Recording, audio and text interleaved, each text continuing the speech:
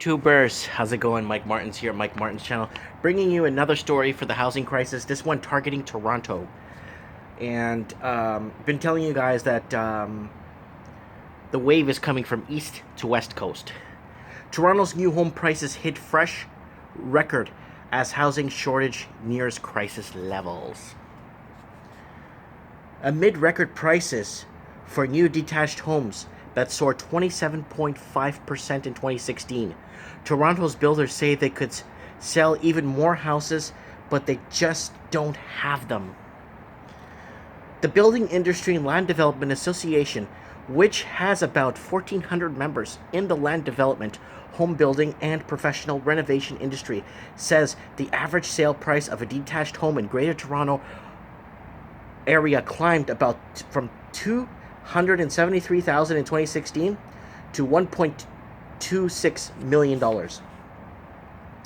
The industry group said in 2016 was also a record year in terms of lack of inventory for housing, while sales levels and prices high-rise condo set new highs as consumers continue to look to those units to escape prices in the low-rise sector of the market. So, we have a shortage of supply in the GTA that is approaching a crisis level, said Brian Tuckey, chief executive of Build.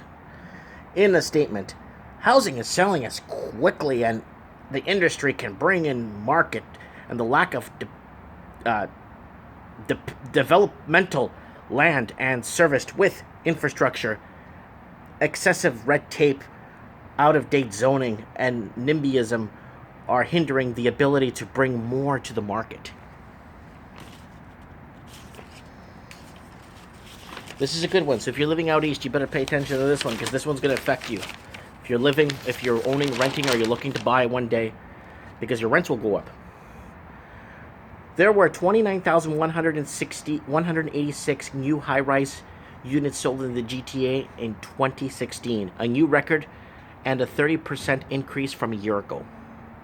According to Atlas Group, which builds, B-I-L-D is the acronym, source for data of the new home markets, sales were up in every district tracked in the GTA, and Durham high-rise sales more than doubled from a year earlier. Across the GTA, there were 47,161 new homes sold in 2016, 62% high-rise units and 38% low-rise. The mix of low-rise versus high-rise continues to favor condominiums as available land shrinks. Same thing that happened in Vancouver. You got the mountains in behind, the ocean to the front, and it's really hard to build. So what happens? Land starts to shrink. What happens? People go up. High rises. The decline in low-rise sales in 2016 was due to the lack of product available to purchase. No softer demand, said Patricia Arsenault, Executive Vice President of Research Consulting of Atlas Group. The fact that the new product is being quickly absorbed despite rising prices shows there is a continued buyer interest in purchasing ground-oriented homes in the Greater Toronto area. Build acronym, said new homes available for buyers from inventory of builders reached a new low at the end of December as prices for all home types across the region broke records. At the end of December 2016, there were 13,670 new homes available for purchase, which compared to 30,400 homes that were available in builders' inventories a decade ago.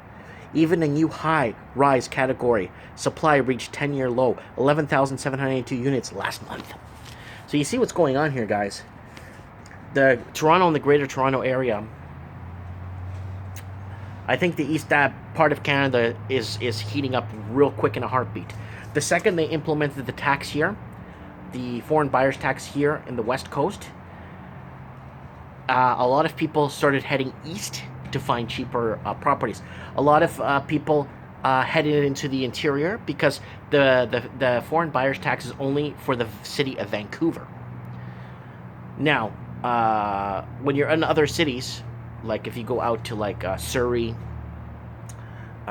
White Rock, Delta, Chilliwack, wherever you go, that tax is not implemented.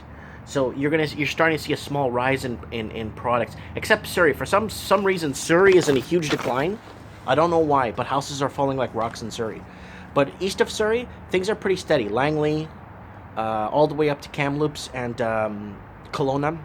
Kelowna is booming right now. I don't know if you saw the article I did about the skyline in Kelowna is changing, and there's all these what do you call them?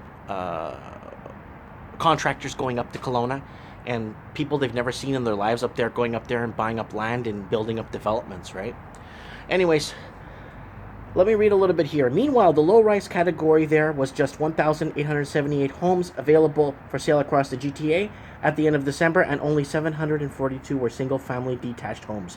Compared to a decade ago when there were 12,871 high-rises units available, purchased 17,529 low-rise units, 11,602 of which were single-family detached homes. Build says that the lack of supply behind all price gains for all housing types, the average price of available new low-rise home, which includes detached and semi-detached houses and the townhouses, was $995,116 in December in 2016. It was close to about $400,000 a decade ago.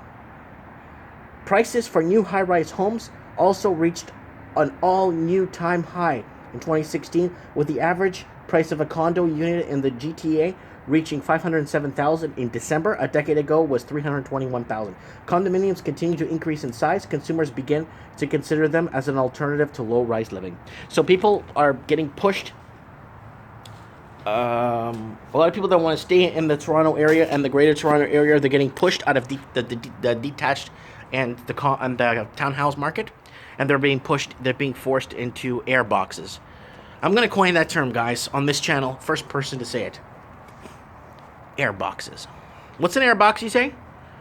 Come step right in. Here we go. We got your 500 square foot air box. You are located in the air. It's called a condominium. People in the 21st century used to call them condominiums. We call them air boxes. Why? Because you buy air. You don't actually own land in an air box. You got one bedroom, and yeah, it looks like a den, but it's a bedroom. And you have a little kitchen that's like 200 square feet, something you'd find in an RV. Yes, this is new. This is new. You want one of these. That's how they're massaging the people into thinking, 30, 40 years ago when people owned these houses with giant land and stuff, and they enjoyed themselves, and they had room for their family. They had room for expansion and stuff. That's not normal anymore. They're massaging people into accepting that living in a 500 square foot air box is the way to go nowadays. Living in an air box is the thing to do. Everyone's doing it. Why wouldn't you want to live in an air box? You got a gym downstairs. You got to pay strata fees for it. And you got a pool. Yeah, air box all the way. But let me know what you guys think. I know people are getting pushed out of the detached market. 100%. And I know that it's people are being massaged into believing that, yeah, you know what, living in a condo is the norm nowadays. It's what should be done. And they keep brainwashing us with the population, saying, oh, the population of the world keeps going up. It's going up. But our population in Canada is going down. That's why we're bringing in mass immigration.